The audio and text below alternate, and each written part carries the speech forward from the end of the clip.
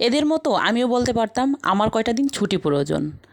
Hi everyone, আমি রিঙ্কু। আমার নতুন একটা ব্লগে সকলকে স্বাগতম। তো সকালে উঠে কাজে লেগে গিয়েছি। তো সকালে হচ্ছে নাস্তা হয়ে গিয়েছে, এখন হচ্ছে আমি ঘর গোছাতে চলে আসছি। তো রিয়ন হচ্ছে সব অগোছালো করে রাখে। তো আমি হচ্ছে সকালে কিছুই করি না, আগে নাস্তা বানাই। রিয়ন যেহেতু বিছানায় থাকে, নাস্তা বানিয়ে তারপরে হচ্ছে আমি গোছাতে আসি। তো নাস্তা খাওয়া দাওয়া শেষ, এখন হচ্ছে রিয়ন খাচ্ছে, আমি খেয়ে নিয়েছি। ওকে খাবার দিয়ে আমি হচ্ছে ঘরটাকে গুছিয়ে নিচ্ছিলাম।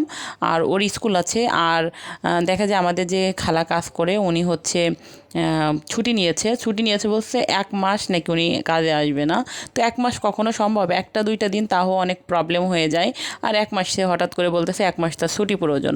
তো অ্যাকচুয়ালি কিছু করার নেই, নিজের কাজগুলো নিজেই করতে হবে। তো ঘর মুছতে হবে। গতকাল থেকে সে আসছে না, তো 1 তারিখ থেকে আসছে না। তো সব কিছু মিলে এখন নিজের কাজ নিজে করতে হবে। তো আমি হচ্ছে ঘরটা একটু গুছিয়ে নিলাম, ঝাড়ঝুড় দিয়ে নিলাম, বিছনা টিছনা। তারপরে হচ্ছে আমি রান্নাটা বসিয়ে দিয়ে নিচ্ছি। এদের গ্যাসও নেই, কারেন্টের চুলে একটা তরকারি বসাবো। রিয়নের বাবা যেহেতু নেই, আমার আর রিয়নের একটা তরকারি হলে হয়ে যাবে। দেখা যায় পুরুষ মানুষ না থাকলে রান্নার অত ঝামেলা থাকে না। তো আমি রিয়নের জন্য আর আমার জন্য একটা তরকারি রান্না করে নিচ্ছি। রান্না করতেছিলাম হচ্ছে রুই মাছ আর ঝিঙা না, সরি, এটা হচ্ছে ঝিঙা আর হচ্ছে আলু দিয়ে একটা ঝোল করব। একদম সিম্পলভাবে রান্নাটা করতেছি। আর হচ্ছে আমার আরও কাজ আছে, কাজগুলো করতে হবে। ঘর মুছতে হবে, তারপরে হচ্ছে কাপড় ধুতে হবে, আজকে আবার বাথরুমটাও পরিষ্কার করার আছে।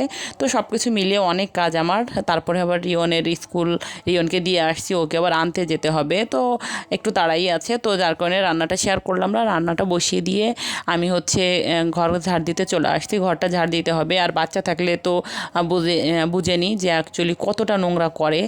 যে খাবারটা দিব সেটাই সে হচ্ছে ফেলবে, ছড়াবে, খাবে। কারণে সারাদিনই আমার ঘর গুছাতে হয়। তারপরে দেখা যায় খালা একটা বার একটু ভালো করে গুছিয়ে দিয়ে গেলে সারাদিন একটু একটু করলে কোনো প্রবলেম হয় না। কিন্তু আজকে পুরো ক্লিনটাই আমার করতে হবে। গতকাল ঝাড় দিয়ে রেখেছিলাম, আজকে ঘর না মুছলেই নয়, তো ঘরটা মুছতেই হবে। অ্যাকচুয়ালি ভালো লাগছে না, খুব বেশি আমি আসলে ঘরটার মুছা ঝাড় দিতে পারি না। অ্যাকচুয়ালি বরাবর করা হয় না, যার কারণে হচ্ছে অভ্যাসটা সেরকম করে নেই।